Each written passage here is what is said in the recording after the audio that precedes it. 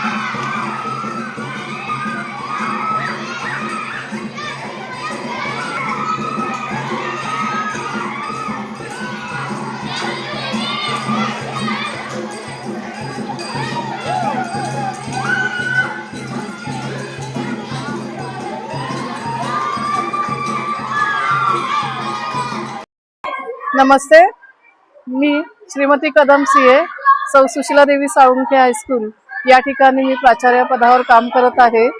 आपला महाराष्ट्र हा संतांची भूमी आहे आणि अनेक प्राचीन वारसा आपल्याला लाभलेला आहे आणि या वारशामध्ये उद्या येणाऱ्या आषाढी एकादशीसाठी आमच्या शाळेमध्ये हा उपक्रम केलेला आहे। हा उपक्रम म्हणजे आपला जो वारसा आहे की दिंडी जी आहे निघते वारकरी दिंडी ती पंढरपुरापर्यंत जात असते।